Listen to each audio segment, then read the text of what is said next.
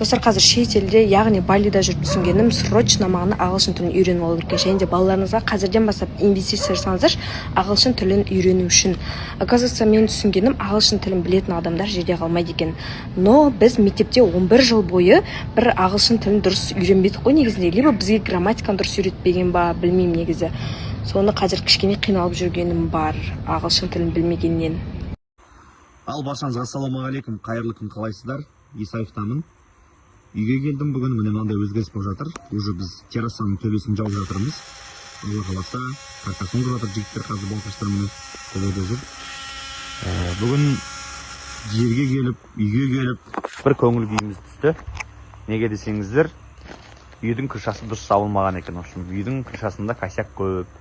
Балқаш енді кішкене жаңағы ары бері түзейтін жерлерін түзеп реттеп беретін шығар деп ойлап едім. Балқаш төбесінен шығып қарап еді, оказывается, крышаны дұрыс жаппаған. Одан бөлек шуруптары дұрыс қағылмаған. Ертең одан су өтеді деп жатыр. Жалпы үйдің негізгі ең маңызды жер бұл крыша ғой. Ертең үйдің төбесінен су өтіп, быт-шыт болып жатса, ол кімге керек? Сол себепті біздің қазір жасап жатқан теплый полдан да, стяжкадан да пайда жоқ. Үйдің төбесі дұрыс болмаса, дұрыс жылымаса, ертең су өтіп ішінен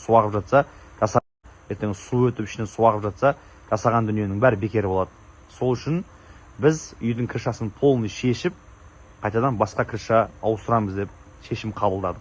Яғни мына төбедегі полностью черепицаның бәрін шешеміз, алып тастаймыз да, орнына дәл мына көршіндікі сияқты үшін профлист қоятын болдық. Сондай шешімге келдік, өйткені бұл ойнайтын нәрсе емес крыша деген. Сол үшін жақсылап бұл крышаны реттеп қайтадан жабу керекпіз. Енді мына полный черепицаның бәрін жігіттер шешеді, алып тастайды, сөйтеді де орнына профлист қайтадан қағып шығады. И мына жақта бұрыштарда қисық кеткен жерлер бар екен, Балқаш соның бәрін өзі түзеп, тартып, реттеп, әдемілеп беремін деп, соның бәрін дұрыстап реттеп, төбесін қайтадан жабамыз. Мен сіздерге үйдің до версиясын түсіріп қоямын, осылай жабылып тұрған күйі. Одан кейін сіздер Балқаштың крышаны қалай жапқанын көресіздер бұйыртса.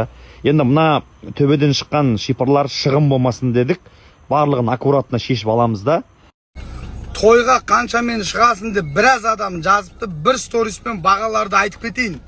Шымкент қаласы болса, Шымкент қаласына тойхана болса 30.000 теңге.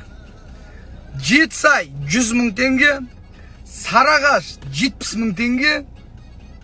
Арыс 60.000 теңге. Ленгір 50.000 теңге. 100 километрден өтіп кетсе 100.000 теңге. Кейін басқа қалалар, Алматы, Ақтау, анау мына Таразда 70.000 теңге, 80.000 теңге Тараз.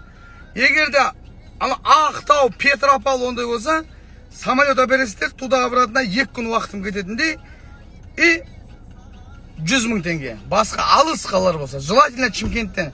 И личкаға жазған кезде, мынаншасыншы число, той, мынау қаласы деп жазсаңыздар, сол күні егер бос болса, мен сіздерге ответ беріп, WhatsApp'ты берем. Аман болайық, тойда жолығайық нағаш. Асар, мамам, не дүйш бетінен? Не дүйш? Асар. Kan мамам сүйші. Не дүйш. Жүне. Өндірін қараңызерші. Ай, бол. Өшірем болды. Өшірмейім алдадым. Сықшқын. Кешір болып, братан кешір. Ой, өтірік істей салып қарсаңыздар. Деп өтірік мені ұрып алады да. Ауызын ұстай салады өтірік. Өтірік, пекмей болсаш. Пекмей бош. Гыню. Қолым сүй. Жаным.